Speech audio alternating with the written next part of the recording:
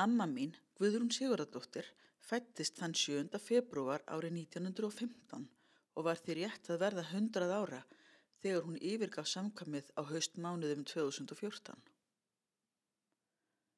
Amma fæddist á Borgum og Skógarströnd, fyrsta barn foreldra sinna og átti þar sín bernsku ár í sístækkandi systkinahópi. Þegar hún var 13 ára flutti fjölskyldan út í Gvendareyjar á Breiðafirði og þar var amma þar til hún flutti að heiman og stofnaði sína eigin fjölskyldu.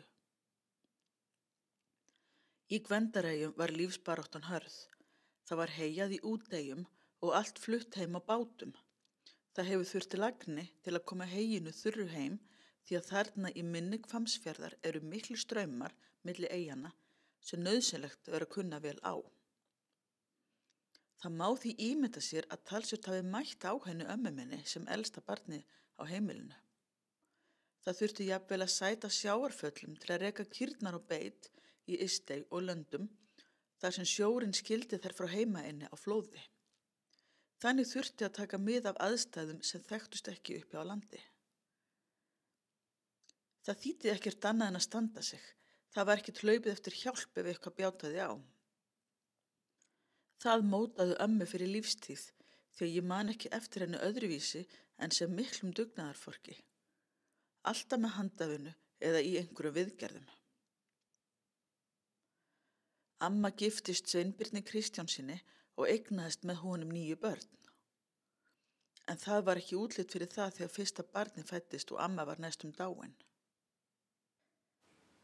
Þá, eitthvað 7 morgunir, þá finnur mamma til einhverja bílu og hún sagðist nú ekki vilja trúa því að þetta væri, hún lá nú bara kyrr.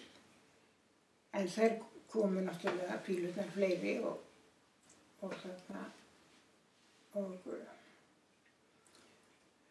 þetta, hún alveg vissi hvað var í gangi og vekur mömmu sína. Þær voru bara, þær voru 2 heima og svo 12 ára systirina mömmu og Einar 4 ára og lítill frænd okkar sem var 4 ára líka. Og svo gengur þetta nú svona til, en hádegi þá er barnið alveg að koma og amma tekur á móti því, tekur á móti mér en það hættir ekki að blæða og fylgjan virðist vera föst, hún kemur ekki. Og þá heyra þau mótorskelli út á sundinu og þá er Hermann á Klungubrekku að koma heim eða fara, ég man það ekki. Og þau Sólveig, 12 ára og litlu strákarnir, þeir hlaupa niður í fjöru og gera vart við sig og hann sér þú kemur heim og fer svo strax út í Stykkishólm að gera afa viðvart og ná í hjálp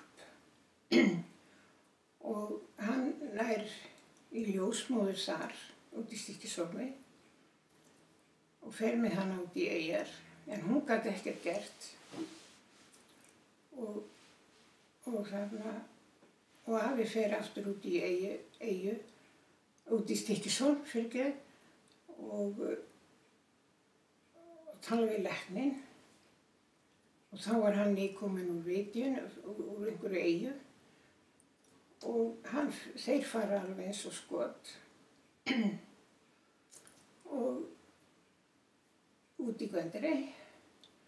Þegar þeir koma þangað, þá er fylgjan ennþá föst og ljósmóðirin hafði ekkert geta gert. Og það seytlaði alltaf blóð. Þetta voru náttúrulega búin að vera þarna 2-3,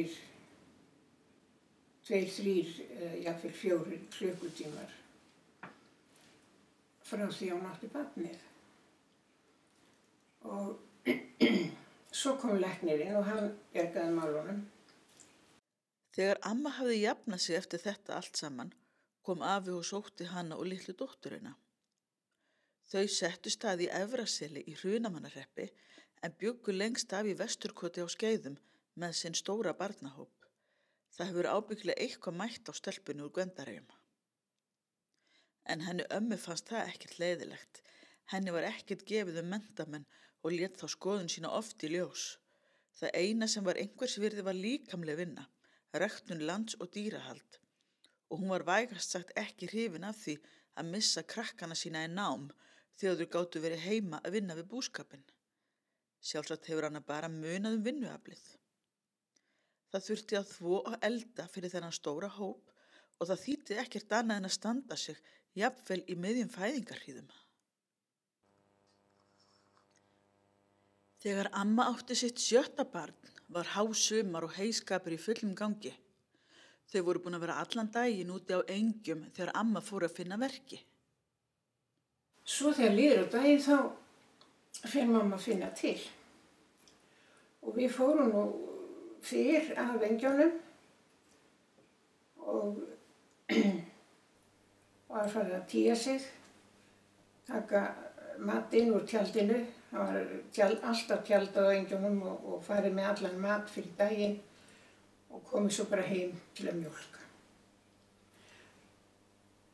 Svo fer hún að fá fleiri stingi og við tókum kýrnar, opnuðum hliðið fyrir kýrnar á leiðinni heim og þær röltu svo beint inn í fjós og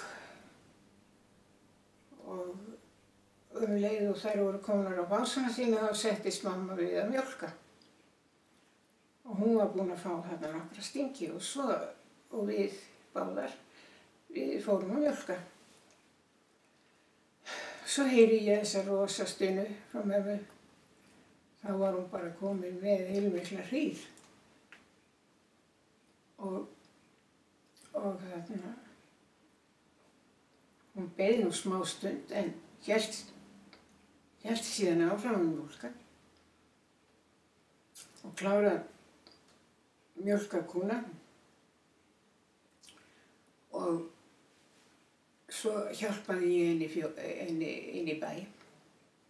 Afi fór og sótti ljósmóðurina og þetta sama kvöld kom lítill drengur í heiminn. Til stóð að ljósmóðurin yrði í Vesturkoti í viku en daginn eftir kom kall frá annarri konu í sveitinni sem var komin í fæðingu með sitt fyrsta barn svo að ljósmóðurin var að drífa sig þangað. Og reyndar var hún sjálf alveg komin á steypirinn því að hún eignaði stúlkubarn aðeins 2 vikum síðar. Þegar amma og afi brugðu búi, fluttu þau til Reykjavíkur, þar sem þau bjuggu upp frá því. Þá gafst færi á að sinna áhugamálunum, ferðalögum, dansi og slíku. Dugnaðurinn var samt aldrei langt undan og eftir að hún handleggsbrotnaði 2 með fárra ára millibili eftir að hún komst á níræðisaldurinn, þá var það hennar helsta kvörtunarefni að vera heilar 2 vikur með eina lopapeysu. Fram að því hafði hún snarað fram 1 á viku. Afkomendur ömmu eru fleiri en ég get talið upp og dreifðir víða.